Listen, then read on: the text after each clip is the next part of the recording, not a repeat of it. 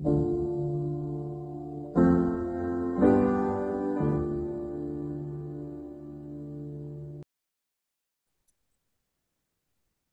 everyone, and welcome to another episode of the Compelling Conversations podcast. Today, I'm joined by my friend Jaffer. Jaffer, thanks so much for being here, man. No problem, man. I'm excited, inshallah. Yeah, inshallah. Um, I wanted to begin, man. You make some funny TikToks. You're referred to as Jaff the Goat. But do you have a favorite TikTok that you've made, and is there a reason behind that? A favorite TikTok? Oh, I get asked this question. I've been asked this question a couple times. I mean, I have like a couple that are like I like. Um, and I feel like the ones I like the most are not the ones that do like the best in terms of like views and that kind of stuff. But in terms of the one I like the most, I mean, I can give you like three. So my first ever viral video was this video I did about like playing on the carpet while you're like listening to the khutbah. You're supposed to be listening to the khutbah. So that's like one of my favorites because it was my first viral video, and I mean I just loved it. I thought it was super funny. Another one of my favorites is my Oppenheimer. I had like an Oppenheimer skit, like in turn, like you're overhearing someone who's talking about like making plans to go watch a movie. I really liked that one. It didn't do well, but like I just liked it because like it was that point where I kind of just had like the creative freedom to make a video. Even I mean, I didn't know obviously beforehand. I didn't know if it was gonna do well or not. But I spent like an hour, maybe 2 hours making the video, like making the script, like setting everything up and like recording and everything. Like, I was doing it all by myself. But like just that those 2 hours I spent, like it was just so fun. Even though the video didn't end up doing well, I just loved it because like I had so much fun like making the video. And then I would say my third favorite video would be the video that kickstarted like my new series. Like if you've been watching my TikToks, like my later TikToks, the ones where I do all the rhyming stuff. The one that like made that popular would be it's another one of the masjid skits. But yeah, I started rhyming and I said Subhanallah look at the ummah today at the end of the little rhyme. And well, that video is just, it's I love it. I'm doing that. That's cool, dude. That's cool. I uh I really love your whole Fatima series. That thing is hilarious. And especially that one with the Imam Mahad. And then there's the other one where it's like the Muslim counselor. That one is hilarious Oh, too. Yeah. No, but you've made stuff that's just so funny and like random people send it to me too. I'm like, oh yeah, I know that guy. Like it's good stuff, alhamdulillah. mashallah. Yeah, yeah, yeah. And it's interesting that you said that you have some favorites that just they don't perform like you would want them to. And that's interesting because I remember my favorite musician, Chris Cornell, he said something similar where it's like there's some songs where, he worked so hard on them and they meant so much to him and he loved them so much. But when he put them out there, like they didn't do as he would have wanted them to have done. And then the ones where he didn't really expect much from ended up being the one that so many people loved. And it's an interesting thing. Do you have any ideas why that might be a thing? Well, I mean, from my perspective, right? Like I'm doing skits, I'm doing TikTok, and like TikTok is very skewed in terms of like what goes viral and stuff like that. A lot of times, the more effort stuff does not get the same amount of views as like low budget, like low quality memes, and they just have like millions of views. You're like, bro, like I put 2 hours into this video, and then this video this guy made in like 3 seconds, where he just copied someone else's video, has like 3 million views. I mean, at least in terms of like TikTok and in terms of things like it really is kind of just random sometimes. I have like I like to analyze like my TikTok analytics and that kind of stuff, but I've never really found like a specific idea I can place to why, some videos like just do well even though they just don't make sense sometimes. But I mean, sometime like I can give you some kind of insight into some things. A lot of times, if you do something that's unique, especially like in terms of TikTok and really entertainment in general, sometimes it's not about like getting those like instant results, and it's more about the consistency. Because I don't know if you've read the book Atomic Habits. The guy who made Atomic Habits, he talks about in the beginning of his book, he talks about what's called the Valley of Depression. So basically, when we think of like starting something new, making a habit, or like doing something, we all have in our minds, we all have this like linear progression of, oh, I'm going to start here and then I'm going to continue to grow and it's going to be like this. Like it's a linear thing. But in reality, it doesn't work linearly. Like for most people, you're not going to have instant success in whatever it is you're doing. Even if it's just like getting up to go run every morning and you want to reach like a certain time on your mile, you're not going to have linear success. It's more of a parabolic motion. Like it starts off very low, and then there's what he calls the valley of depression, which is that area between where the line would have been and where the function actually goes. And that this area where you think you're supposed to be here but you're actually here is what's called the valley of depression. And really, sometimes it's just about breaking out of that valley of depression. And in terms of making content and like funny videos, it's just trying things. Like I started in like April posting, like late April I started posting. And if you compare my content then to now, there's a lot of the key differences. Back then I posted a lot more, right? So when I was just starting, I would try to post 3 times a day. And some of the thing, and I don't do that anymore because I don't necessarily need to. And some of the way as I look at it is that back then I was trying out different things. I'm trying to get my best area. I'm trying to see what I'm good at, what people respond to, and then, and then, adapt to that. So I feel like in terms of content, it's not always about, how much effort and, how much you put into something, but really it's more about that consistency. It's more about trying different things out because at the end of the day, you never know what's going to blow up. My first viral video, like I was talking to you about, when I made the video, I made 2 videos that day. I thought first video I posted that day would do well. It didn't do well. The second video, I didn't think much of it. And that one's the one that ended up going viral. Like I just opened TikTok like later that day and I'm like, oh, it has 40K views. I'm like, what? And it's been like 2 hours. I'm like, you know what? I didn't think it was gonna do well, but that's just how it is sometimes. Yeah.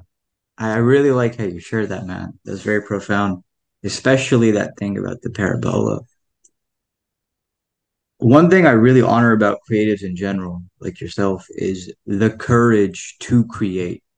Because you're right, it can be depressing, whenever you're doing anything consistently. And then there's also that notion of, what will people think? You know, have you faced that? And if so, like, what is your mindset on that? So, I mean, so I guess I'll start with the first part, with the whole part about the depression part. The week that I had that first viral video, I was at 3,000, maybe 200 followers, and I'd been at 3,000 like basically the like maybe more than 2 weeks. So like, and it's kind of like that when when you're just starting off, like you're not gonna gain followers like consistently because you don't have a lot of content out there. People aren't like rewatching your stuff, that kind of thing. So I remember that week, like I was posting 3 videos a day. I'd post 3 videos. I'd wake up the next day and I'd be like, oh, I'd have another 3 ideas. I'm like, oh, okay, this is a good idea. This is a good idea. This is a good idea. I'd film those videos. I'd post it. 1,000 views, 500 views. You know, and then like I remember, it was crushing. It was crushing. But like I guess in that sense, for me, where did I find solace is that I'm like, okay, I'm doing my best. I have my consistency. And also, I'm Muslim, I have that tawakkul that, it's okay, it's not, at the end of the day, it's not in my hands. And then, what happens at the end of the week, that Friday is I have a viral video. And then 2 days later, I'm at like 8K, 9K, and that cycle kind of repeated itself. I would get to a point where like, I was sitting at 15K followers and I had gained like 200 followers in the last week. And like in terms of TikTok, 200 is like it's not great, bro. You go from 15 to 15.2K and you posted like 20 videos and you're like, damn, bro, like come on. But alhamdulillah, like I thank God. But like sometimes you just have to fight through those depressing phases. And your second question was about like what people think of you. I would say I was a little bit more fortunate because I started posting. So I'm a little bit more fortunate for 2 reasons. First of all, I started posting without actually having an account technically. So I was in a lot of Abdullah's videos, right? So because I Yeah. was in a lot of his videos and we had success or like he had success and I was in some of those videos, I didn't really feel that like initial initial imposter syndrome that, oh, people are going to see my content and they're going to be like, oh, like, damn, bro, like you posting content, like it's not even funny or that kind of thing. Because, I already kind of had that reputation coming from Abdullah's account that, oh, we've done some funny videos. But I would still say that I still had a lot of imposter syndrome. And especially because like when I started posting on Instagram, for example, I just used my own Instagram account to post it. So like anyone who already followed me, they were the first people seeing those stuff. Like, and I didn't have like any other followers from like just social media in general. But another a second reason why I'm fortunate is that I started posting late April, end of May. So we left school. So like I wasn't seeing all the people. So no one was like, "Oh, bro, your content is cringy." Like I wasn't seeing anybody to say that. None of those people were around. So it was just kind of me and myself posting, and I didn't really have that kind of reaction. Even like when you were saying, oh, that someone sent you a video, like all that kind of stuff, like it's kind of new to me because nobody was telling me those things, like not until recently. Like it's not until like the past like 2 weeks that people are like, oh, someone was sending me your content. That's because now that summer's over, I'm kind of getting back integrated into everyone and like I'm meeting all the people who went away from summer before. So like I guess I didn't really feel that whole imposter syndrome. And then there were some people who also like they're like they inspired me. They're like, "Oh, you're funny, bro. Don't worry about it. Like you'll be all right." So I guess a Yeah, mixture of all those three things, and I didn't really feel too much of that imposter syndrome. I love it. I love it. And I love it especially because you keep going on and on and on. And it's very important. And do you believe in yourself? Do I believe in myself? 100%. I would say sometimes it's a little bit narcissistic to say, "Oh, like I believe in myself." I guess it's not necessarily I believe in myself, but I believe in my abilities, and I believe that God has a plan for me. Those two. Hmm. I guess I would overlap those two things together. The biggest thing when I first started posting content, maybe like my first week, I remember I had a conversation with Abdullah or Abdullah, right? And I told him that, in terms of mentality, I was changing like myself. And I think that a big reason why we view success the way we do, or a big reason why people are successful is not necessarily, oh, they did this, but it's more of a dogged persistence. And when I first started posting content, I told myself that this is the beginning of my success story. Like this little area of, oh, I'm feeling sad for myself, like, oh, like I'm just starting, it's hard. This is the story I'm gonna tell someone. This is the story I'm gonna tell my children. That's the mindset I tried to have. And I think if you build that kind of mindset early on in whatever you're doing, it's really, really hard to fail. And the reason is because if you within yourself are saying that, oh, no, I can't fail. Like, I'm gonna put the work. It forces you to want to put that effort. It forces you to want to exert that force and to be like, even that and to be like, oh, I put myself out there, I put the effort into whatever I gain. Even if whatever you gained is minuscule, it feels so much greater because of the mentality. And I think Yeah, mentality is one of the greatest things that we don't focus on nowadays. yeah. I love what you said and had several questions based on that. But the first thing I wanted to mention is it's like waking up for Fudger, man. It's really a mentality. If you want to wake up for Fudger, you will wake up for Fudger. But if you don't want to, if you don't mind sleeping in and taking the comfort of the blanket, you'll sleep in, you know? And that's something that I've noticed, especially this summer. Like, if you really want to wake up for Fudger, you will, no matter what. And I was curious, why did you say it was narcissistic to believe in yourself?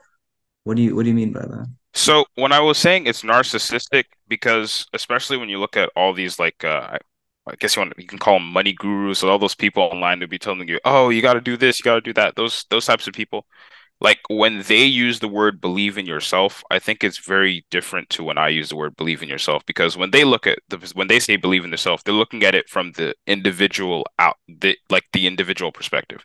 Like, oh, I'm believing in me. And as a Muslim, like, I don't think I have any power. I don't have any power, right? I don't believe I have any power. So to say that when I'm saying I believe in myself, like I believe in my own abilities, I think is completely narcissistic because if I have no power and I believe that, ultimately God is the one that even allows me to take the next breath I'm about to take, right? Then to say that it's me is hypocritical.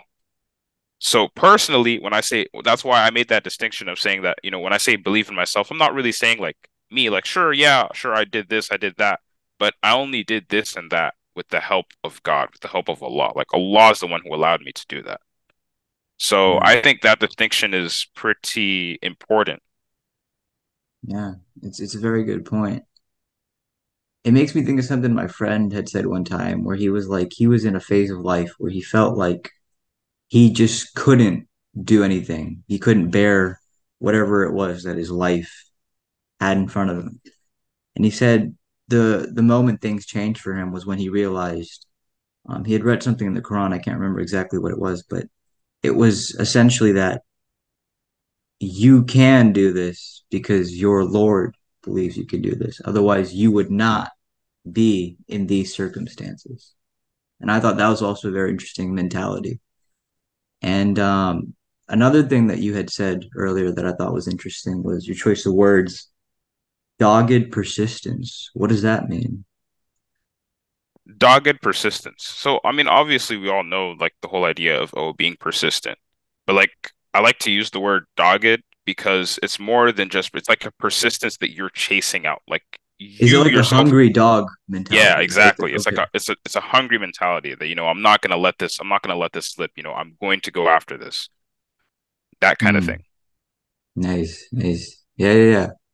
Yeah, I really liked that thing that you had said, especially about like this is for my kids. Like I can't fail. I have to do this. That sort of a thing. It's great, man, and it's true. It's very true, and I really like that you said that. It's a very good point. I'm curious,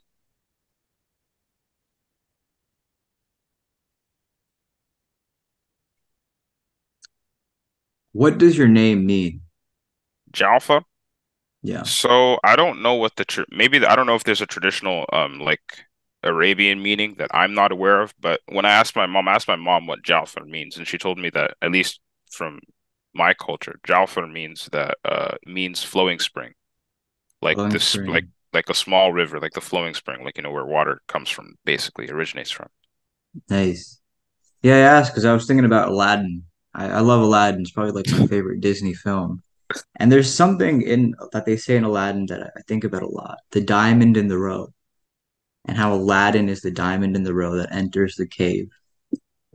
And I just, there's just something about that idea that's so interesting to me. Do you have any thoughts on that? The diamond in the rough. The diamond in the rough. I mean, so I'm assuming like by diamond in the rough, we're talking about like diamond in the rough, like In the rough. There you go. it's not perfected yet. I mean, so I mean, I guess there's 2 points to bring from that, and that it comes back to this whole idea of, I mean, like a lot of people use that metaphor of the diamond to kind of show what life is. Like, they'll say like a person is like a diamond, right? Especially when we talk about things like burdens, things like hardship, is that whole idea that, you have to go through pressure, or that like carbon has to be pressurized before it creates something like a diamond. Like to get something that's so beautiful, so unique, so like amazing, it has to go through like this rigorous process. Refined iron, or really refined of any metal, you have to heat it up, you have to smelt it down. That whole idea of, you have to go through hardship to get anything or even get anywhere. And that's something that is universally agreed upon. It doesn't matter what religion, it doesn't matter what type of mentality, what type of political view. Everybody knows that to be successful, to do something great, no matter how big or how small you think it is, there's going to be hardship. That's just an element of human life. And you have to go through that hardship to come out at the other end. To see that light at the end of the tunnel, you have to pass through that darkness first. Yeah. And yeah, I think that's where that whole idea of the diamond in the rough comes in. So, that hardship is essential to wherever you want to be or wherever anyone wants to be.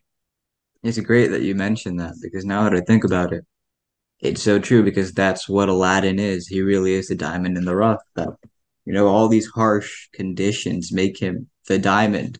but he doesn't realize it. He doesn't see it. And then, he thinks wearing a costume will make him more special. But it's like, no, man, you're fine the way you are. And I just think that's so beautiful. Aladdin's just one of those films where there's like these little things that you can always pick up on. You're like, yeah, that really hits hard, you know? It's funny you mentioned Aladdin because whenever I introduce myself to someone who's like who doesn't really know like Arabic or can't really pronounce Arabic, so I'll just be like, "Oh, my name is Jafar, like the one in Aladdin, just less evil." Yeah, yeah. It's a good way to put it. Yeah. Where did you come up with the name Jaff the goat? Jaff the guy. Okay, so real ones would know that my name on Instagram used to be Jafar the goat, and then I changed it later on to Jaff the goat. So Jaff was kind of like a nickname I had. I don't even know if someone gave me that nickname or if I just had that nickname, but it was a nickname I had that people like I guess closer to me used, and it's also like the name I'll put like on the back of a jersey. Like if I'm gonna get a jersey, I'll put Jaff. So when I was making my TikTok account, I was like, oh, what name am I gonna put? And I was already thinking Jaff. I was like, okay, but what am I gonna? I'm just gonna put Jaff, or what am I gonna put? But I was like, I already have the goat on Instagram. Like I have the suffix the goat on Instagram. I'll just put it into my TikTok name as well. So I just put Jaff the goat. I thought it was a little cringy at first, but hey, man, it's good. It's an iconic name. And something I've noticed is people that do create content, like we start referring to these people like with their Instagram names or their TikTok names, like Jaff the goat. You even mentioned, Abdullah Abduli Dul, and I just think it's such an interesting phenomenon because I do that too. If I run into someone, just in general, even I'll start calling them by their Instagram handle, like, "Yo, what's up?" I don't know, Bilal is booming or something like that. I don't know if you know that guy, but it's an interesting phenomenon. It's like they're almost like masks in a way. It's like it's us, but it's not quite us. I think it's very interesting and also very dangerous at the same time. I mean, like I think sometimes to me, I just think it's funny that people will come up to me and be like, "Oh, hey, Jaff," or like people refer to me as Jaff or something online. And like I remember I was at the masjid this one time, and like someone who already knew me, like they already knew me from before they carried concept, they called me Jaff, and I was like, "Why are you calling me Jaff, bro? Like my name is Jafar. You can just say Jafar. Like like Yeah. why are you going through all that?" And sometimes, and I haven't really thought about it until now, but like, that whole idea of them calling you by like your Instagram persona, at least to me, it seems like it comes from the fact that, if you're seeing that person, if you're experiencing that person like from content, you're going to associate it with whatever name you see there. If all you see of me, or if the majority you see of me is online, like whenever I post a video, then you're going to know me as Jaff and not Jalfa, because that's the name you see over there, and that's the persona you also see presented. And it's a little bit dangerous in two facets.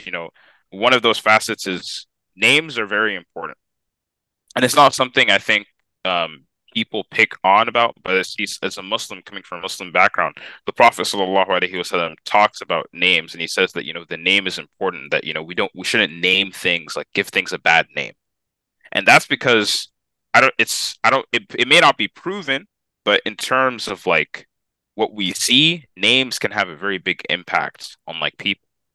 Um, my mom told me once that, Jafar, right? That she named me after the Sahaba of the Prophet, Jafar bin Abi Talib.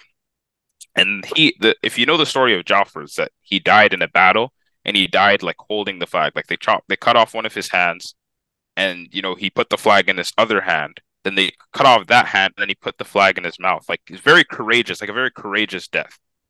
So my mom told me that, she knows that I will always be brave and that I will never back down because she named me after someone who's very courageous. And it's very interesting because I feel like sometimes, like if you know people who have like similar names, like like three Abdurrahmans, I feel like sometimes they're just aspects to their personality that like every Abdurrahman has, for example, or every Bilal has. And I think it's just very interesting that, sometimes a name has so much meaning that we can't even see. The name gives, like, I feel like it gives someone some type of, it gives people attributes at times. Yes. Yes. Very, very good point. The death of Jafar, was that at Karbala? Do you know? I don't know like the I don't know where the place is, but it's the first the battle of I'm blanking on the name, but they basically the Muslims went up to fight the Romans, Hmm. and that is when Khalid ibn Walid like first like gained like fame in terms of his military Oh, maneuvers and stuff like that. your Mook, maybe, huh? Yeah, that's interesting. That story is interesting. The hands cut off and then it's just the mouth. And that's your mother knows always that you'll be brave. That's cool, man. That's very cool. Another thing that I think is interesting to ask you is how have you noticed a difference in how people have received you ever since like things have changed for you? I know you said, there's so many people that you haven't seen because school ended, but with what little interactions or however much interactions you've had, have you noticed a difference and how does that make you feel? So the biggest thing is that people like, at least now, like, if I go to a masjid, like sometimes random people will come up to me and be like, oh, you're like that one dude from TikTok. So I feel like that's the biggest difference for me is that before I feel like you have to like you introduce yourself. Like if you go somewhere new, you're like, oh, if you're meeting someone, you're gonna be like, oh, my name is Jafar, this, I like these things. I'm this da da da years old. But now I feel like it's more like, I already have like a set persona before I get anywhere. Like especially I guess with the people who've like seen my content. Like something I guess that is kind of annoying for me sometimes, like, I'll be out and about and then someone will be like, someone will meet me, be like, oh, you're the dude from TikTok, blah blah blah. Like, where's Fatima? And like, like it's kind of weird. Like I mean, it's not necessarily a good or a bad thing, but that whole idea that, every time someone meets me, a lot of times it's like, where's Fatima? Like it's like that's like I guess that's the persona now. It's like, oh, I'm this guy that's looking for Fatima. And like I guess in real life, it's very, very different than oh when I'm posting content. And then I guess in terms of like changing, I would say that I don't I guess kind of. Like I haven't like met a whole lot of people since like I started posting content. But yeah, to some extent, definitely things have changed in terms of my interactions with people who are like close to me.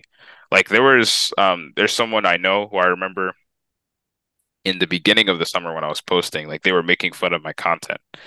And then like, near the end of the summer, they're like, oh, like, all right, bro, like, you got it now. Like, not necessarily to say I got it or anything. Like, I'm not trying to say that, but like they went from the whole idea of, oh, your content's like cringe, blah, blah, blah, that kind of thing to, oh, like, you're a funny guy. So yeah, I would say that definitely. And I feel like it comes down to like maybe people feel I have clout. So like, they want to be nice to me. And I mean, it's something scary in general because that's just kind of how the world works, right? Someone who's in the ditches somewhere, nobody's gonna care to like be around them. But the moment, you become like this guy of stardom, and I'm not trying to say that I'm anything like that, but the moment you have even like just a tiny bit of fame or anything like that, everyone suddenly wants to be your friend. And it's scary because, those aren't real friends. Real friends are the people who were there when you're down and will return there when you're down again. Yeah, very true. Very true. I remember when I had first published my books, people actually seemed to like almost stay away from me. It was almost like I had done something that maybe made them insecure. Do you ever feel that way? Like there's some people that just actually stay away from me because now they feel insecure or something. I mean, I don't know. I can't like put it to words. I don't think I've experienced that yet. Maybe it's there and I just like haven't realized it. But I Hmm. mean, I don't know. I think that's something very interesting that someone would move away just because they feel like, and I think it comes back to that whole idea of, as I was talking about before, that kind of dogged persistence is not everybody is willing to put in that work. Not everybody is willing to do something. Sometimes people look at something and they think, oh, I could do it, but I don't want to. Or they don't have that idea of I can do anything or I can do this or that. So sometimes when they see other people being like successful or doing something that they feel that, I had the power to do that, you know. I had the ability to do that, but I just didn't. It kind of makes them insecure like that, you know. Because why would I want to be around someone who basically accomplished so much in whatever, and you know, I actually have better skills than them, and I know I have better skills than them, but I did not achieve what they achieved. And I wanted to tie it into what we were talking about because one of my friends, she's also a famous TikToker, and she was discussing with me how this phenomenon where it's like now all these eyes are on you, and so people are kind of like scared to approach her almost. But she was saying the scary thing is she doesn't really know necessarily like who to distinguish as a friend immediately because the thing is the people that do come up to her, the only thing they have going for them is that they were brave enough to come up to her. And as a human being, you're just gonna like if somebody's trying to be your friend, you're gonna like accept them and try to make friends with them. But I just thought that was a very, very interesting perspective that she shared with me. The only thing they have going for them is that they were brave to approach me, and all these other people, it's like they just had their eyes on you, and it's something I think about quite a bit. And I mean, as you said, it's the way of the world, man. I've never really even like looked at it from that perspective that, you know, the only people who are actually talking to me or like coming to talk to me are the people who are brave enough to do so. Like, I feel Maybe like that's also very it's like a interesting. difference between like guys and girls too, like that sort of a thing. Like Yeah, I knew maybe. one guy, it was funny. I remember I sat down at a table and he's like, he was using TikTok or something. And he's like, he showed me a TikTok of my friend. I'm like, oh, hey, that's my friend. Like, I know her. She's really cool. And he's like, no way. You know her, bro? I saw her once on campus and I just walked without looking. That was, like that sort of fear, I guess. But I guess it's like a guys and a versus girls thing. But do continue with your thought. I mean, maybe I feel like it might be maybe it's not as bad in terms of guys. Like maybe guys are like, oh, okay, whatever. I'll just go say hi to them or something. I'll go say hi or something. But I mean, I think it's still like there because like, you know, let's just say you have 3 million like followers, for example. 3 million people aren't going to be willing to come talk to you. The amount of people who are going to be willing to come talk to you, like your friend said, is like the people who are brave, and that's a very very small percentage, which means that you know a vast majority of these people are kind of just looking from afar, and that's like I guess that comes back to the whole scary thing of you know people only mess with you when you're up, for example, right? Like the moment something happens, and you see that with all those personalities, like all these big people, like you know, they do something that people don't like or isn't received well, and you know, they lose followers immediately. Like they lose followers. People just don't want to, I don't want to be associated with this or that. I don't want to be associated with them. Companies will revoke their sponsorships. Well, we don't want to be associated with that, you know? Yeah. And it's kind of scary because it's almost like everyone is just waiting for you to mess up at times. It's like, oh, when is he going to Yes. screw up? When is he going to fall? You know, that kind of thing. I saw that especially with Johnny Depp, a king of Hollywood. And for 5 years, I think almost six, they just stayed as far as they could possibly stay away from him. And that's just so interesting to me. Um, I wanted to go back to your ideas and how you come up with them. And in particular, I wanted to ask, where did the idea for Fatima come from? Oh, the Fatima Is this thing? is this Oh, real life experience? no. So yeah, obviously that was before I started like posting my own content. So it was like me and Abdullah. So we had an idea for a TikTok skit where like me and him were like making dua or praying for the same girl. So we I had the remember idea that one, yeah. already. We had the idea already. That was like the initial video. We had the idea. But we're like, okay, what name are we gonna use, bro? Like we're sitting there, we're like, okay, we need to use a name. And you know, we're discussing it. We're like, we can't use the name that's like obvious because like we use it if we say like, oh, Sarah or something, or like maybe Miriam, right? A name that's like less common. People like around us might be like, oh, are you talking about that person? So we're like, oh, we have to choose a name that's both common and that isn't like someone who we know, like no. So people don't just start saying things like, oh, you know, they want that person. So like I think at the end of the day we came up with the name Fatima because like, oh, it's super common and we don't really know a whole lot of Fatimas that personally. So it'll be perfect name and then just ran with it.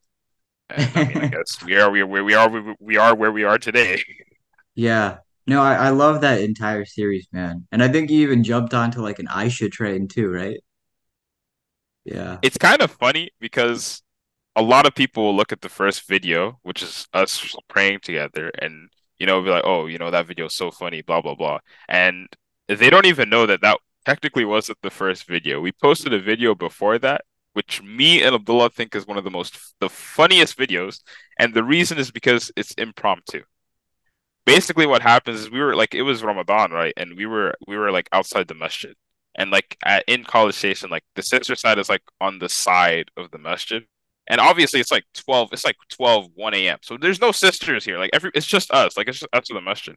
And we were there and I don't remember what we were doing. And then Abdullah just says, "Oh, bro, look at Fatima." Like he points to the sister, like I'm looking elsewhere, and then he points to the sister section and he says, "Look at Fatima." And like, the human mentality when someone tells you, "Oh, like look," like before you even hear what else, it just says look, and they point somewhere. It's just, "Oh, to turn." So I just turned. I'm like, "Oh, like what are you talking about?" And then like as I'm turning, I'm like, "Oh, wait a minute." He's saying, "Look at Fatima." Like first of all, I don't know who Fatima is. Second of all, there's nobody here. And then like he already told our friend Adam to record. So Adam's already recording. So it was one of the funniest impromptu videos. It never did well, but it was just one of the funniest impromptu videos. And also, I guess another point that's really cool is that even the first Fatima video, that the iconic video, the end part where Abdullah says it's mine, and like he starts choking me, that was all impromptu. We didn't plan any of that. It's just something that ended up happening. Wow. And those are the treasures, eh? The stuff that just kind of happens on the spot. Yeah, that's really cool, man. That is really cool. W- When it comes to the ideas, you just mentioned like, some of them are impromptu, but do you have a process where you sit down, you just think about it, or really it's just whatever comes to you? I mean, I would say it's a mixture of both. Sometimes, like if I'm like really dry on content, I would say I probably sit down like, oh, let me analyze some of the videos I've done before. How can I make something new? And really, sometimes actually, it's like, I'll actually just like I'll look at some of the videos that I find the funniest. Because personally, I don't like to post something that I don't find funny.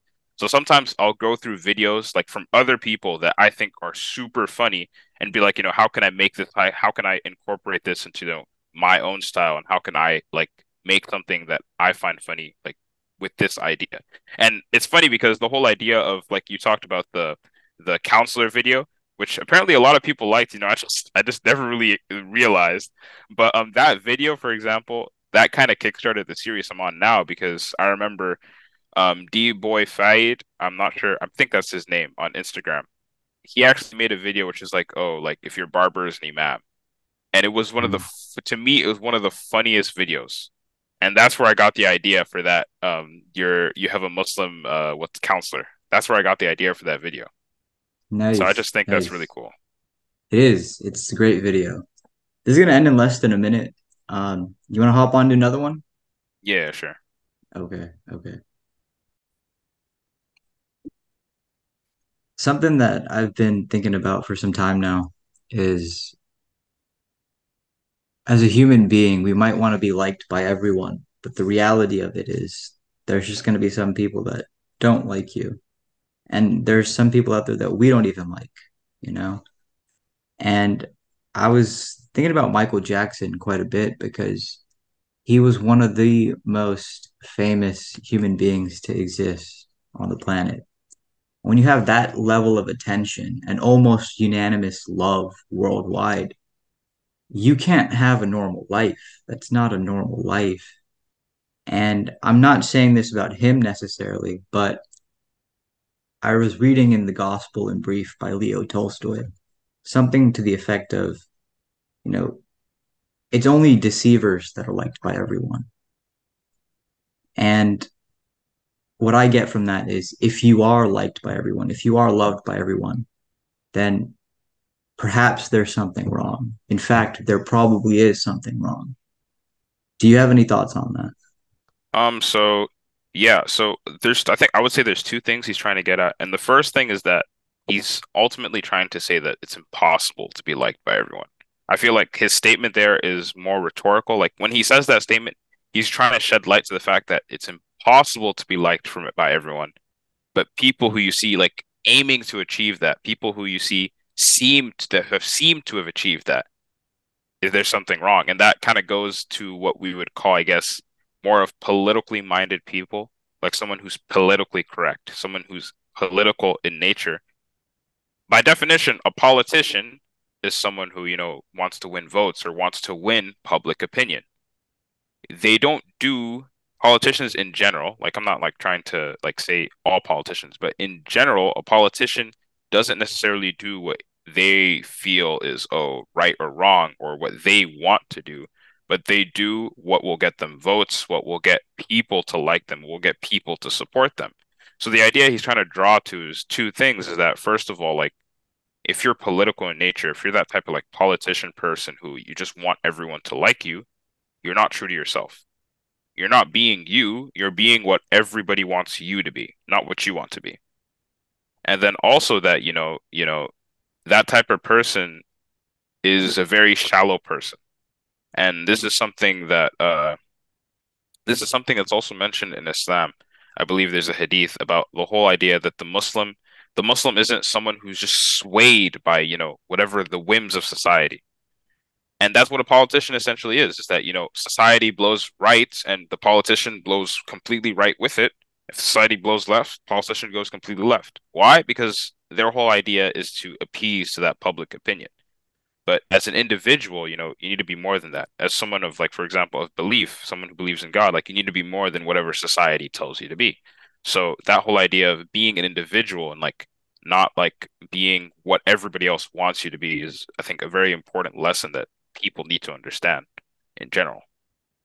Yeah. And how do you think a person should stand by their values?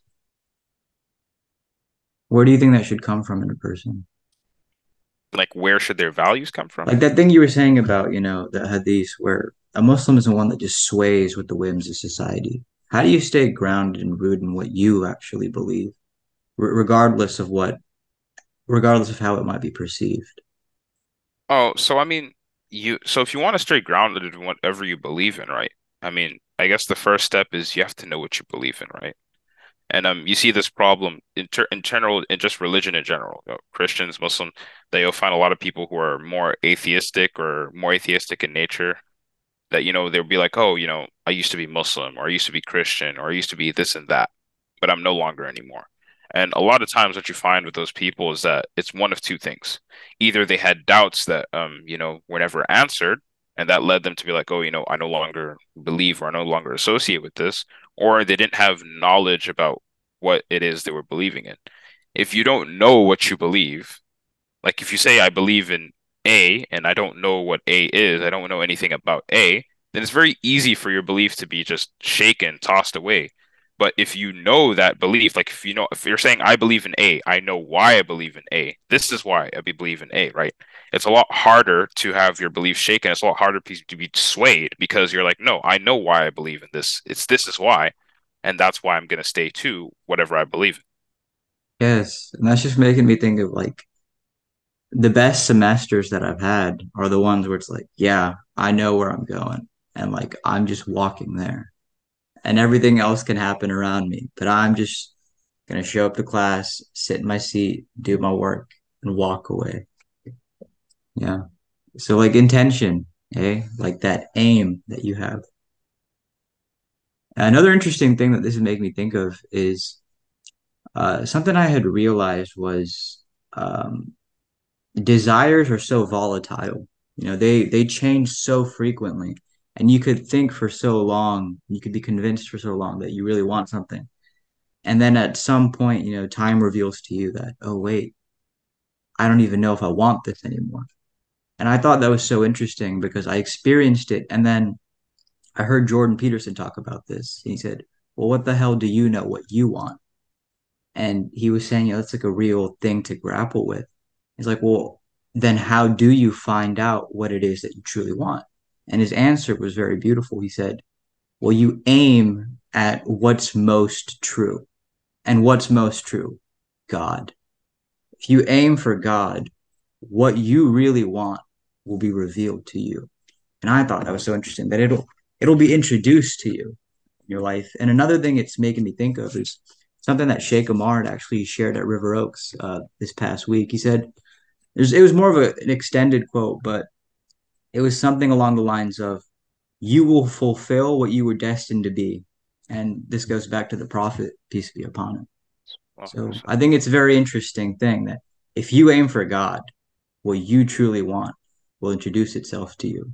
Do you have any thoughts on that? So I think the greatest thing, the best thing I can say here is that in Islam, one of Allah's names is Al-Latif.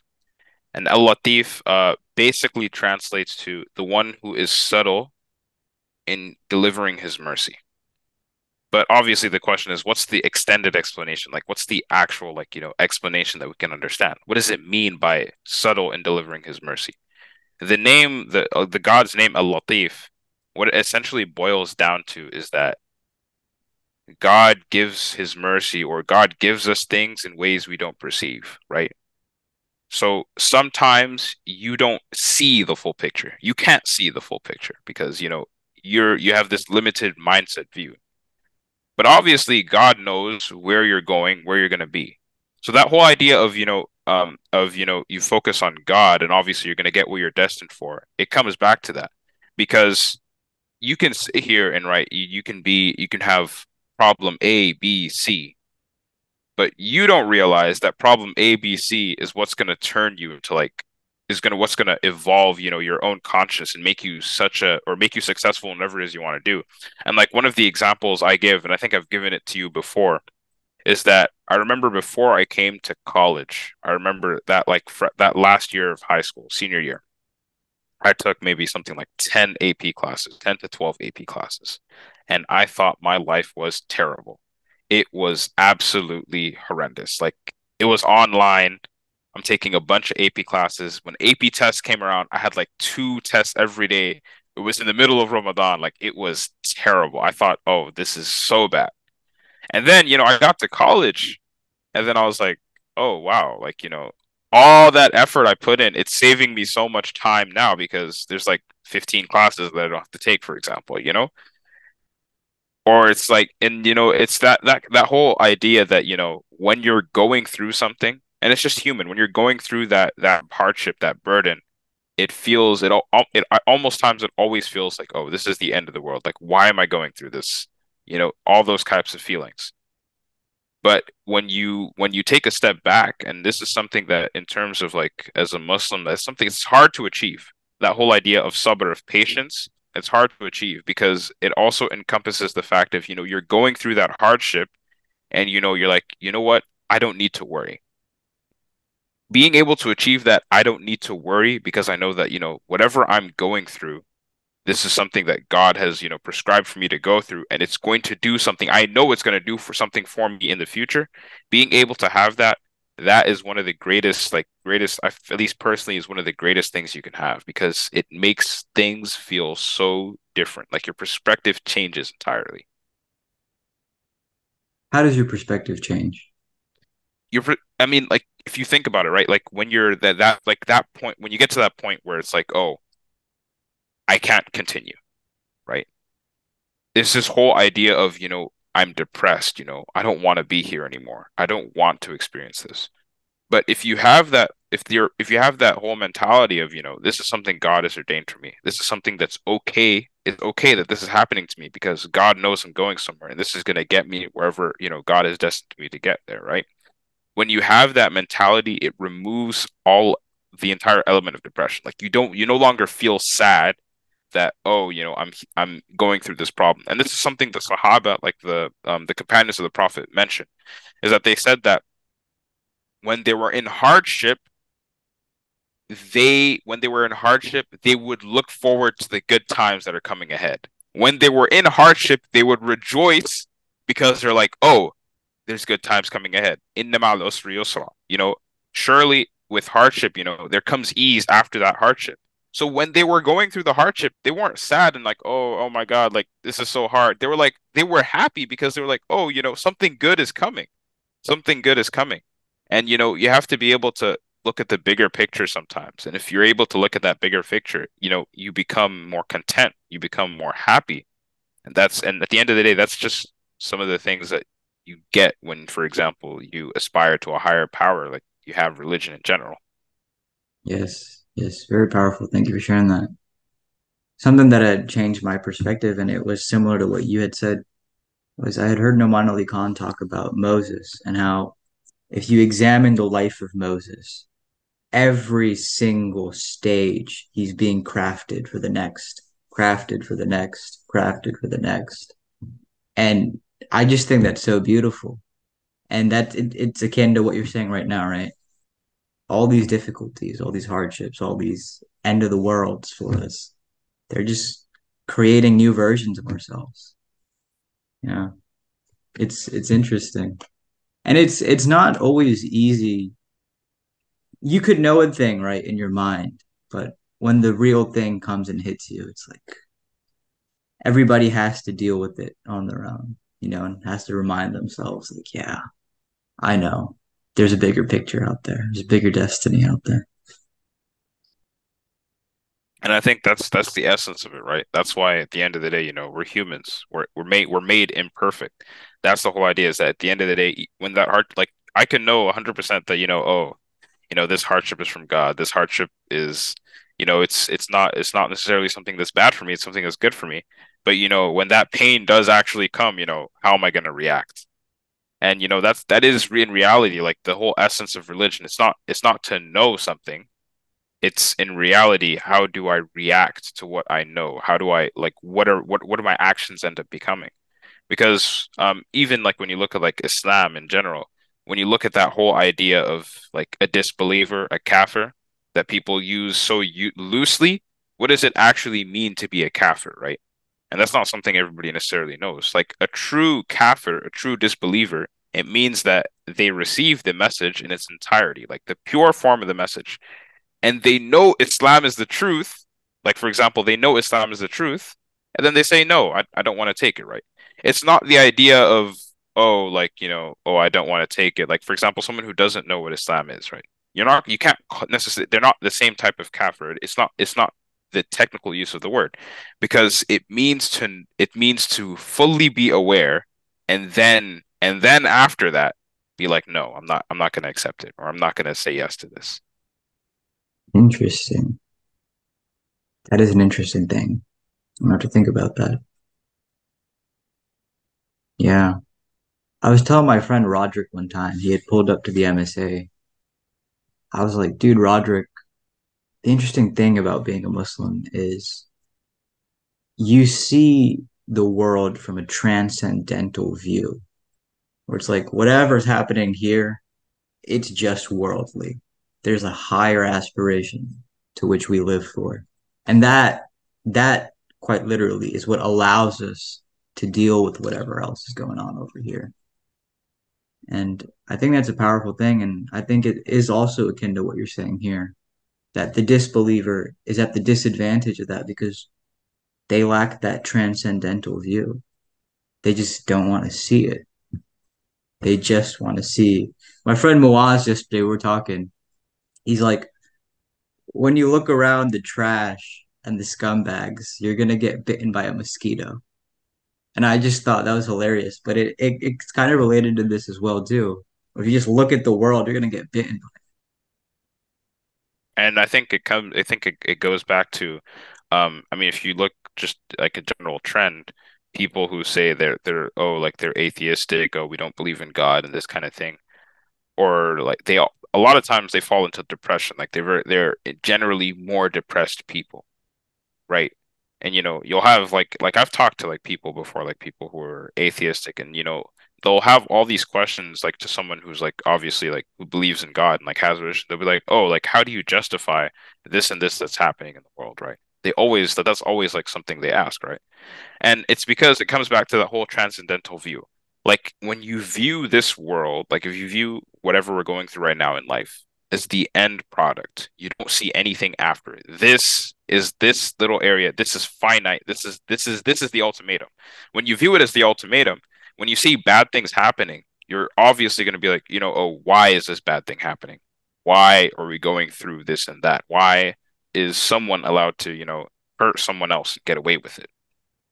But if you view it from the lens of, from religion, right, that you believe, oh, for example, that everyone's going to be accounted for, like, whatever you did, it's being written down, like it's being recorded, and you're going to have to answer for whatever good or bad you did. It's a very different mindset because now you see someone, for example, who does something wrong, and like to someone else, like, oh, they got away with it. And you're like, no, they didn't get away with it. It's just that for now, nothing's being done. But, later on, they're still going to be whatever they did, it's still going to come back. So the imbalance, everything feels imbalanced when you see this world, like when you see this life as the end goal, because obviously that it's not built, like the world isn't built to be fair. So if you only see the world, you will inherently always have an imbalanced view, and you're never going to reach a state of peace because you can't. Everything is lopsided. Yeah, yeah. This is making me think of something that I had read in a book about the ancient Egyptians, where the reasons that they made the particular animals their gods was because they were scared of them. And when I remember reading that, I remember thinking to myself, "Oh my goodness, now I understand idiots because idiots worship what they fear, but it's like the wrong kind of fear." But the interesting thing, to contrast it is like the Muslims, we worship Allah and we fear Allah, but that's the right kind of fear. And the way I think it ties into what we're talking about here is if you fear the world, then perhaps it's perhaps you have placed your fear in the wrong thing. The thing to the deity to place your fear in is Allah. That's what you're supposed to be afraid of. Now that you say it, I think it increases the value of some of the things you read in the Quran. Because in the Quran, you'll always hear "wattaqullah, ittaqullah," fear God, fear God. And now that you're saying it, when you realize that when God is telling you to fear him, there's a reason for it because, like you're saying, when you have your fear in something else, it's almost like you're worshiping that thing that you're fearing, right? So God is telling us to fear him because he knows that fear is an element of worship. You can't worship something unless you fear it. That's deep, what you just said there.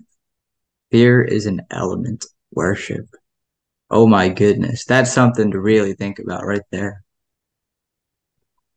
And Damn. this is something that a lot of shuyukh will say, or I've heard shuyukh say before, is that when we think of God, when we think of like the whole idea of the afterlife, hell and paradise, right?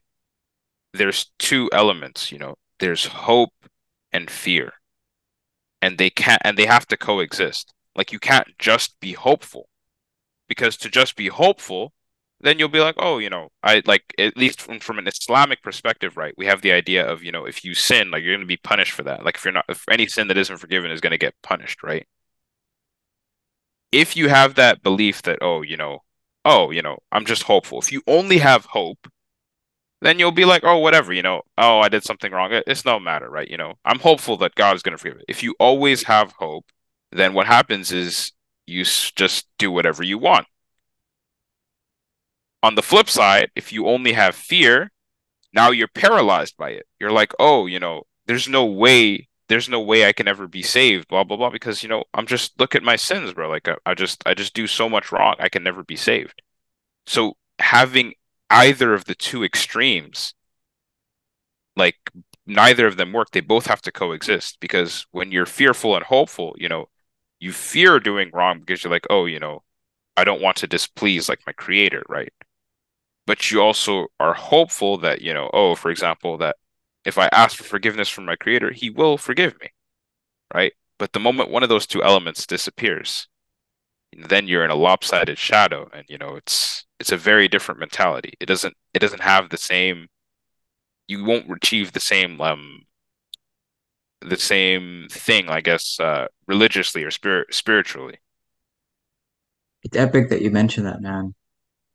It's really something to think about. I'm glad you shared it. And that's really life, isn't it? It's motivated by hope and fear, like every single thing we do. And you're so correct. When you're just stuck with one of them, it really is a delusion. of a kind. And then it's like a rude awakening when you realize, oh, wait, I also have to have this other element too, because it keeps you sharp in a way. Something that this is making me think about is there's this great page on Instagram. Muhammad Al Sharif, I believe was his name. He passed away. He's a great guy, very motivational. And he had one quote that said something like, wasting time, we shouldn't waste our time because what that does is that it separates us from Allah. And when I heard that, it was a huge mental shift for me. It's like, yeah, that's so true. Because as Muslims, as human beings, we're just supposed to be so sharp, supposed to be as sharp as we can be. And I just love that. Like, don't waste your time because wasting your time is separating you from your God. Do you have any thoughts on that? I mean, I'm still like grappling and trying to understand like that quote. Wasting your time separates you from Allah. I mean, at least I guess I'll speak on the part or the part that I guess I can understand more, as I feel like it's really deep and I'm kind of struggling to fully understand it. But at least the part I see is that the whole idea of that, when you waste your time, like that whole idea of wastage, it implies that, there's something else I could have been doing, right? That whole idea of wastage means that, whatever you spent your time doing in that moment, like it it added nothing to you. Like you gained nothing. And gaining nothing means that it's an opportunity cost at the end of the day, right? It means that that time could have been filled with something that actually that you would gain from either, Yeah. and it could be anything, right? And I think that also it's also important to state that, in Islam, right, anything can be an act of worship depending on your intention. Like going to school can be an act of worship. So because some people might say, oh, like if I'm doing anything but praying, then I might be wasting my time. No, because in Islam, right, depending on my intention, other things are also acts of worship. Like if my intention to go to school, for example, is, I want to better myself, I want to be able to provide for myself, provide for my family, then it can be an act of worship. So that idea of wasting time means that whatever you did, there was no value. There could have been no value. It could not have done anything for you. And I think that in itself is deep because you truly like for whatever you've done to be a wastage of time, it truly has to have been absolutely useless. Yeah, very good point. Very good point. I was looking for the quote, I couldn't find it, but what you have said has shed an interesting light. Time's an interesting thing. We can never quite fully encapsulate it with words, eh? Or concepts. But what I garnered from that statement was, hey, look, there's things that I know I have to do. And if I don't do them, I'm continuing to live a life with unlived versions contained inside of me. And that is on my mind when what could be on my mind is focusing on better ways to connect with my Lord. That's something that I got from that. And that's why it really hit me hard, you know? Because how for it's something I've been thinking about a lot, which is unlived realities, where there's so many things that you want to do, and you do have the power and potential to do them, right? Alhamdulillah. But you put them off and you leave them alone. And what it ends up doing is it just stacks up inside of you and it's just in your head. Like, oh man, like I'm not at my sharpest right now because I still have XYZ to do. And that's what limits you in the present moment. And I think you can relate to this because you do content creation. I think what's so beautiful about creating in general is you're putting things out there. You're not letting it stay. You're not letting it stack up inside of you. The ideas are just going out there. You are doing your best to put them out into reality and not just keep them in the head. I think it's very interesting you say that because I've been thinking about that so much in the last like year or two, is that idea of unrelived realities. And I'll share a personal story. I used to run track and field in high school, right? And freshman year of high school, I ran there's a period for track, like you can choose to have it as a class. So I had it as a class and I ran. I was the second fastest in my grade. After freshman year, I never took the class. What I would do is like when season came up, like when the season came in, I would just, I'd just come to after school and like I'd basically be on the team because I was just fast enough to be on the team, right?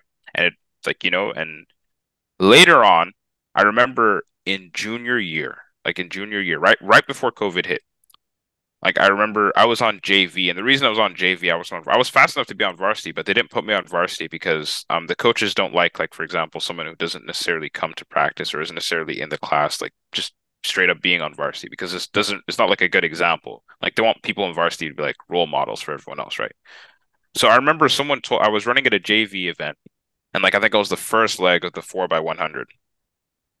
And like I basically like smoked everyone there. Like I was just I was the fastest out of that like leg from all the other teams. And I remember after the race, someone like from my team, he told me he was like, "Bro, like, you know, you're so fast. Like look at you out there. Like you should be on varsity." He said that it's so crazy that you never train. Like you don't like all of us spend the entire year training, and then, someone like you doesn't train at all, just comes during the season and is faster than all of us. And, later on, I thought about that year a lot because I remember after that, like COVID hit, like I remember I was about to go to my first varsity track meet, and then COVID hit. Like I was about to be like at the peak of like, your high school performance essentially, right? And then COVID hit, and then, that was basically the end of my track career. But, in hindsight, I always look back, and for a long time, I always looked back and was like, what could I have been if from that first freshman year, I continued to train daily. Every single day, I went out there and, I ran track. What would have happened? If I was like, because I ran like a 10-8 in junior year. And that's again, like, I didn't train sophomore year. I didn't train junior year. I just walked onto the track. So I always look back. I used to always look back and be like, if I trained daily, would I be an Olympian now? Would I have really been like, that thing? And obviously I don't know, but sometimes you think, like if I had done that, I would be so much greater, like blah blah blah. And that came in when I was started doing content is because the first one of the when I started posting content, I remember I started posting content end of April, but I took a break because of finals. But the day finals finished, like the day I took my last final, I told myself I am going to post at least one video every single day and keep that consistency. And it comes back to this story of track and field because I don't want to have another experience where, I sit there and I go, I could have done better. And at the end of the day, you're never going to do your best. Like it's impossible to be perfect, right? But I want to be able to say that, I actually put my all into this. And that's like the whole idea of like in terms of my content, like I post every single day. Alhamdulillah, I've been able to post every single day since like May 4th, right? And for me, it's really all about like being able to, put that effort every single day and, see what happens because, alhamdulillah, like obviously I've had like some amount of success. Like I look back and I say, I put effort every single day.